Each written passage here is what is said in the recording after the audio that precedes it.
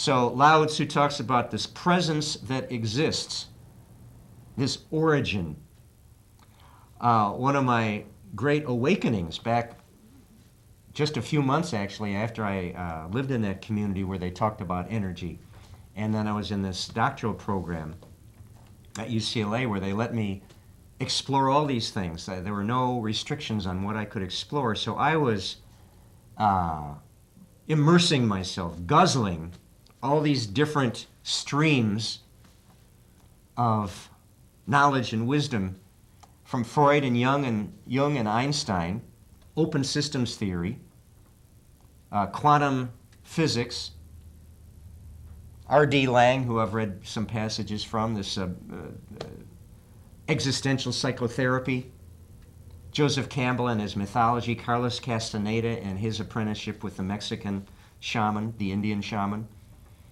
So I was writing a paper where I was trying to integrate all of this, and this was kind of this ultimate synthesis I was attempting. And it was impossible. Then I had this vision. I'd never had a vision before. But it was kind of like Archimedes in the bathtub. I was in some art history class just for recreation, for fun.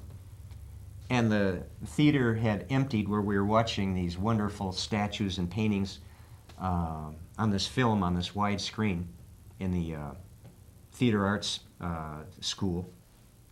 So in this empty auditorium, I was just sitting there kind of mulling over what I'd just seen. And I refer to Archimedes because he was just taking a bath, relaxing.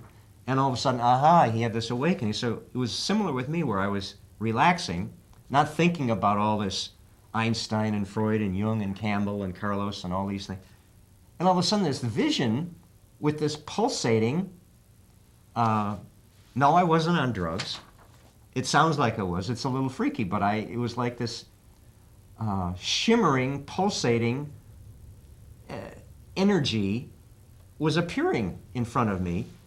And immediately, I went home and I wrote my paper. It wasn't what I thought I was going to write. I thought I was going to write kind of an academic, very convoluted thing, and I just went back to this writing about this vision I had had, and I called it, or it actually almost kind of named itself for me, The Point That Is. The Point That Is. It's like Lao Tzu, and this is long before I had read any of Lao Tzu, where he talks about this presence that exists. Well, I called this same thing. I didn't know it was the same thing because, as I said, I hadn't even heard of Lao Tzu at that point. The point that is. And now we know, 30, 40 years later, I found out, now these scientists have learned about the Big Bang and what was going on before the Big Bang. All the energy in the universe before the Big Bang was in this microscopic, subatomic, so you can't even measure it. All the energy in the universe was in this. It was in my point that is. That was my vision. And when that exploded in the Big Bang, everything we know as the universe came out of that initial point. So,